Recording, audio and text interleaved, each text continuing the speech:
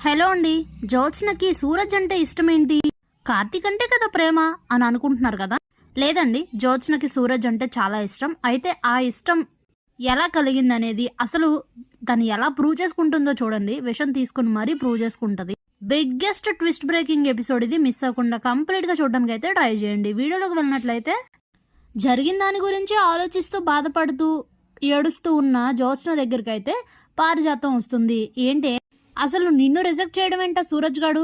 వాడిని అర్జెంటుగా ఏదో ఒకటి చెయ్యాలి. అసలు వాడిని వదిలిపెట్టే సమస్య లేదు. ఈ జ్యోత్స్నని రిజెక్ట్ చేస్తాడా?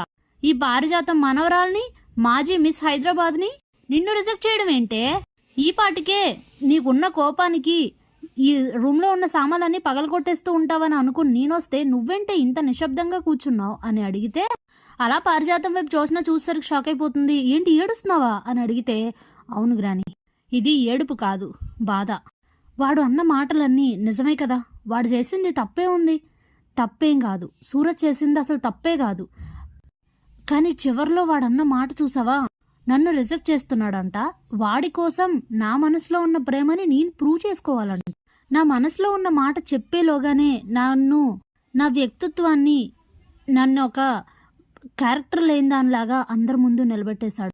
అయినా సరే నాకు వాడి మీద కోపం రావట్లేదు అని చెప్తుంది. షాక్ అయిపోతుంది పారిజాతం. ఇదేంటే కొత్తగా మాట్లాడుతున్నావు అని అడిగితే, కొత్తగా మాట్లాడడం కాదు గ్రాని, ఇదే నిజం.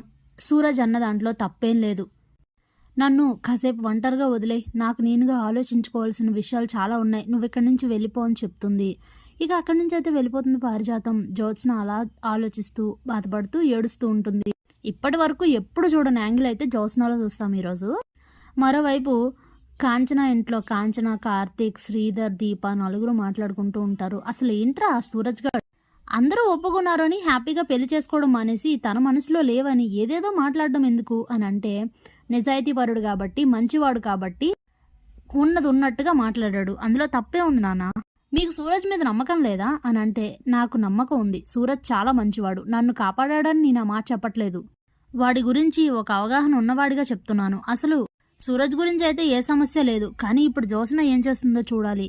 ఏంటి తన మనసులో సూరజ్ ఉన్నాడని తను ఒప్పుకుంటుందా? అది జరుగుతుందా? అసలు నాకు తెలిసి ముమ్మాటికి ఆ భగవంతుడు దిగొచ్చినా కానీ ఇది ప్రూవ్ చేయడం చాలా కష్టం. అసలు తన మనసులో సూరజే లేనప్పుడు ఎలా జరుగుతుంది? అది ఎప్పటికీ కాదు కార్తీక్ అని అంటే, అది జరగాలి, జరిగేటట్టు మనమే చెయ్యాలి అని అంటే, అది జరగదురా. ఎందుకంటే జ్యోత్స్నకి ఇది చావు దెబ్బ. ఇంక ఎంత దారుణంగా రియాక్ట్ అవుతుందో, అసలు సూరజ్ని ఏం చేస్తుందో కూడా తెలీదు అని అంటుంది కాంచన. ఇక అలానే ఆలోచించుకుంటూ మరుసటి రోజు మార్నింగ్ అయితే ఆఫీస్కి వస్తారు అందరూ. సూరజ్ కూడా ఆఫీస్కి అయితే వస్తాడు. జ్యోత్స్నను చూసేసరికి అసలు మునుపెన్నడూ లేని విధంగా చాలా సైలెంట్గా, బాధగా, దీనంగా, డల్గా అయితే కనిపిస్తుంది. ఏంటి బంగారంలో కొత్త యాంగిల్ కనబడుతుంది, పైకి ఏం నటిస్తుందో ఏంటో అని అనుకుంటూ అలా తన వర్క్ అయితే చేసుకుంటూ ఉంటాడు. ఇక జ్యోత్స్న కూడా సూరజ్ని చూస్తూ తన పని చేసుకుంటూ ఉంటుంది. బట్ అస్సలు అయితే సూరజ్ని డిస్టర్బ్ చేయదు.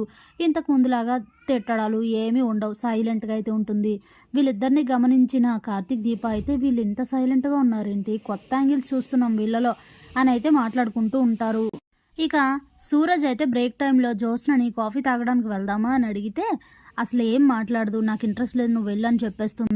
ఇదేంటి కొత్తగా బిహేవ్ చేస్తుంది? నేను పిలిచినప్పుడు ఓ చెడమడ తిట్టాలి కదా. నేను జరిగింది మైండ్లో పెట్టుకొని, అసలు నువ్వు నాతో నన్ను కాఫీకి పిలవడం ఏంట్రా, నన్ను రిజెక్ట్ చేసావు కదా, నీకు ఎంత ధైర్యం, ఎంత పొగరని ఎగురుకుంటూ వస్తుంది, గట్టిగా తిడుతుంది అనుకుంటే ఇంత సైలెంట్గా ఉంది ఏంటిది అని అనుకుంటూ ఇక అయితే అక్కడి నుంచి వెళ్ళిపోతాడు. ఇక అలా 2 రోజులు అయితే గడుస్తుంది. జ్యోత్స్న సూరజ్కి ఒక ప్లేస్కి రమ్మని అయితే మెసేజ్ పెడుతుంది. ఏంటి బంగారం ఇక్కడికి రమ్మని పిలిచావు అని అయితే అడుగుతాడు సూరజ్ వచ్చి. నన్ను అలా పిలవక్కు, నీకు నిజంగా నా మీద ప్రేమ లేదు, ఏదో చెప్తున్నావు కబుర్లు అంతే. బంగారం బంగారం అని నా చుట్టూ తిరిగి లాస్ట్కి నన్ను రిజెక్ట్ చేసి పడేసావు. అలాంటప్పుడు నన్ను మళ్ళీ బంగారం అని ఎందుకురా పిలుస్తున్నావు అని అయితే అడుగుతుంది. అబ్బా 3 రోజులైందే నువ్వు నన్ను తిట్టి, ప్రశాంతంగా లేదు తెలుసా తిట్టక. నేను అసలు అన్న మాటలు నువ్వు మర్చిపోయావా ఏంటి? నువ్వంటే నాకు ఇష్టమే, కానీ నేనంటే నీకు ఇష్టం లేదు కదా. అందుకే ఇద్దరం హ్యాపీగా ఉండలేవని పెళ్ళొద్దన్నాను. నిజానికి నా ప్రేమని త్యాగం చేశాను, దానికి నువ్వు హ్యాపీగా ఫీల్ అవ్వాల్సింది పోయి నన్ను తిడతావేంటి అని అయితే అడుగుతాడు. ఎవర్రా చెప్పింది నాకు నువ్వంటే ఇష్టం లేదని? అని నీకు నువ్వే అనేసుకుంటే అయిపోతుందా అని అయితే అడుగుతుంది. హలో మేడం, కొత్తగా మాట్లాడకు. ఇప్పటిదాకా నీ ప్రవర్తన, నీ తీరు అన్నీ చూసిన వాడిగా నాకు తెలీదా? బంగారం బంగారం అంటూ నీ వెనక తిరుగుతున్నా, ఎంత అల్లరి చేస్తున్నా, ఎప్పుడైనా పాజిటివ్‌గా రియాక్ట్ అయ్యావా? నీ మనసులో నేను లేను కాబట్టే కదా ప్రతిసారి తిట్టేదానివి. వీటన్నింటికి మించి మొన్న రాత్రొచ్చి చంప మీద కొట్టి నానా మాటలని అవమానించి అక్కడి నుంచి పొమ్మన్నావు గదా! మనసులో ఉంటే అలా చేస్తావా? అని అడిగితే, అసలు అలా ఎందుకు చేశానో నాకే తెలీదు. ఏ కోపంలో చేశానో నాకే తెలీదు గానీ, నువ్వు ఇంతకు ముందంతా నా వెంట పడుతున్నప్పుడు మరి నా మనసులో నువ్వు లేకపోతే నేను మా తాతకి చెప్పొచ్చు కదా! ఎందుకు చెప్పలేదు?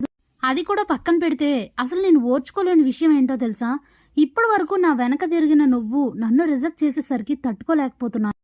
అప్పుడే అర్థమైంది ఇది ప్రేమని. నిజంగానే అసలు నేను ఇది తట్టుకోలేకపోతున్నాను. మైండ్‌కి తీసుకోలేకపోతున్నాను. ఏ పని ప్రశాంతంగా చెయ్యలేకపోతున్నాను. దీని అంతటికీ కారణం నాకు నీపై ఉన్న ప్రేమని అర్థమైంది.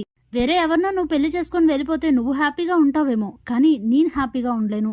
ఒక్కసారి మా బావ విషయంలో జరిగిందే మళ్ళీ నీ విషయంలో జరగకూడదని అనుకుంటున్నాను.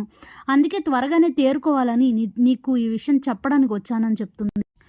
ఏంటి జ్యోత్స్న ఇంతలా ఇలా మాట్లాడుతున్నావు? ఇంత కొత్తగా మీ అమ్మగారు గట్టిగా మోటివేట్ చేసి బెదిరించి పంపించారా ఇలా చెప్పమని అని అడిగితే, చాచిపెట్టి ఒక్కటిచ్చానంటే ఏమైపోతావో కూడా తెలీదు. నేను ఎవరి మాటకి లొంగేదాన్ని కాదని నీకు తెలుసు.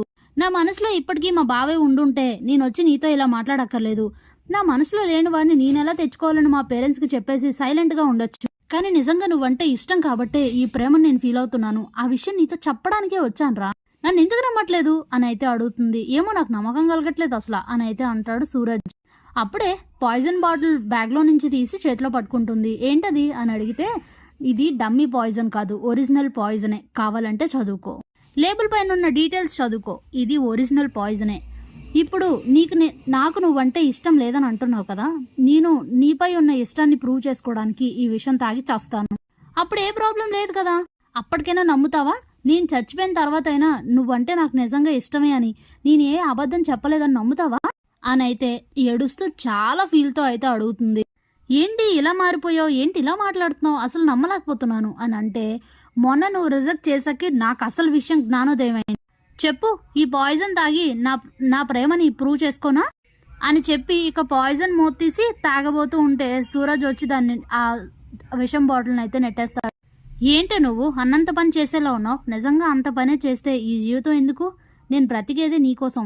నిజంగా నిన్ను హార్ట్ఫుల్గా ఇష్టపడ్డాను. నిన్ను కోల్పోకూడదని ఇన్ని రోజులు అక్కడ ఉన్నాను. అలాంటిది నిన్నెలా చావనిస్తాను?